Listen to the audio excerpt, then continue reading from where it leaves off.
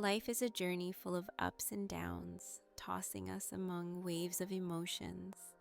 Along the way, the challenges and inner storms we face can feel like gentle breezes at times, and at other times, relentless hurricanes. Each person tries to stay afloat by finding their own ways to cope. This is where our inner world truly begins. How we respond to struggle quietly shapes our entire life. As we grow, every human longs for fundamental emotional needs: safety, love, closeness, and autonomy. When these needs aren't met, our minds create new paths, sometimes building walls, sometimes wearing masks. At first, these strategies seem protective, helping us survive the moment or get through the day. Over time, though, they can become deeply rooted habits. At their core, these are attempts to defend ourselves from the ache of unmet needs. Think of a tree. The deeper its roots, the higher its branches reach. Likewise, our coping styles are rooted in our past. Each pattern is a blossom of an old wound. Sometimes this shows up as shutting out the world, sometimes as chasing endless achievements, sometimes as sinking into deep silence.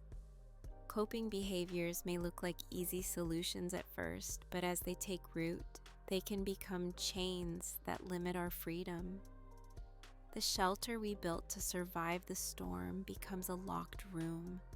Seemingly normal ways of coping often mask deep feelings of emotional insufficiency. We use many strategies to deal with difficult emotions. Sometimes surrender takes over. We close ourselves off and retreat from the world. Sometimes we avoid and build thick walls of silence to protect ourselves from facing pain. Other times we overcompensate, acting like nothing is wrong and racing after perfection or success. Each of these is a cocoon spun in the hope of protection. Over time, we start believing these patterns are our true identity, calling our silence just who I am, our perfectionism my personality, our loneliness my fate. But most of these behaviors are temporary costumes, shaped by the longing for emotional needs that went unmet. Like a hero lost in a fairy tale land, we forget the map to our own truth and look for lasting comfort in temporary shelters. As life goes on, old longings may deepen. Loneliness, insecurity, and a sense of not being enough quietly creep in. We try new escapes to numb this discomfort: overworking, getting lost in screens, emotional eating, or swinging to other extremes. These habits bring fleeting relief, but they never truly quench our thirst. Like a drop in the ocean, small comforts never erase the deeper pain. When we understand the roots of our coping mechanisms, we step closer to ourselves. On this journey, our job is to become the master of our emotions. As we learn the true story behind our behaviors, we realize that beneath the thin ice is a deep lake. What matters isn't just the coping behaviors, but the unmet emotional needs beneath them. Like a child chasing a cloud's shadow, we often don't recognize our real needs. How we respond to problems says more than the problems themselves. These reactions often point to what's truly missing. The most important discovery is this: every behavior is an echo of an unmet emotional need. Questioning our actions opens new inner pathways. What need, what absence, what story hides behind each behavior? As we keep asking, even the strangest actions begin to make sense.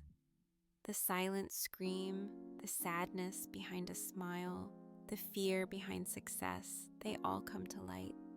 The more we listen to this inner voice, the more we realize our coping is less about choice and more about survival. One of the hardest things in life is accepting vulnerability. We tend to see our defenses as strong armor, but real strength lies in noticing and embracing loneliness, anxiety, the need to be loved, and sometimes helplessness. Like a sailor searching for harbor on a stormy night, each of us must find safe ground, not by hiding from our feelings, but by meeting them step by step. Sensitivity and resilience can seem like opposites, but the real beauty is allowing them to exist together. Sharing joy and kindness with ourselves and others is like a tree bending to the wind, but never losing its roots. When we lower our defenses and welcome our true needs with warmth, vulnerability becomes a source of strength, not weakness. Many people spend their lives in the shadow of coping mechanisms, unable to become masters of their emotions. Facing these needs can feel exhausting or scary, but with a shift in perspective, the inner journey becomes a path of discovery. Honest attention to our inner voice is the first step to healing. Facing what hurts is far more freeing than pretending it doesn't exist. We all handle struggles differently, but every coping style reflects a deeper longing from the past. Like a paper lantern rising into the night sky, our behaviors are lifted by inner emptiness. Sooner or later, though, every lantern returns to earth and meets its roots. Our true journey is learning to see our own vulnerability and meeting it with compassion. To be the strongest branch of a great tree, you must first accept the cracks in the roots. Rejecting vulnerability, pain, or loneliness only blocks deep healing. When we notice and accept our tangled inner feelings, we truly grow. Real maturity is seeing yourself and your needs honestly and opening the strongest doors to healing. Every action is born from a need, every need from longing. Real peace comes when we bravely accept our feelings and walk the inner path of self-discovery. With every step on this journey, we reclaim pieces of ourselves that we thought were lost. True healing begins when we look at our own pain without turning away and choose courage over avoidance. Even when old defenses resurface, remember, every act of honest self-reflection plants a seed for real change. As we tear down our walls, we make room for genuine connection, not only with others, but with our own hearts. The courage to face our vulnerability is the foundation of lasting strength and inner peace. In the end, our greatest transformation comes not from hiding what we feel, but from embracing our story with all its imperfections. This is how we finally come home to ourselves, whole, resilient, and free.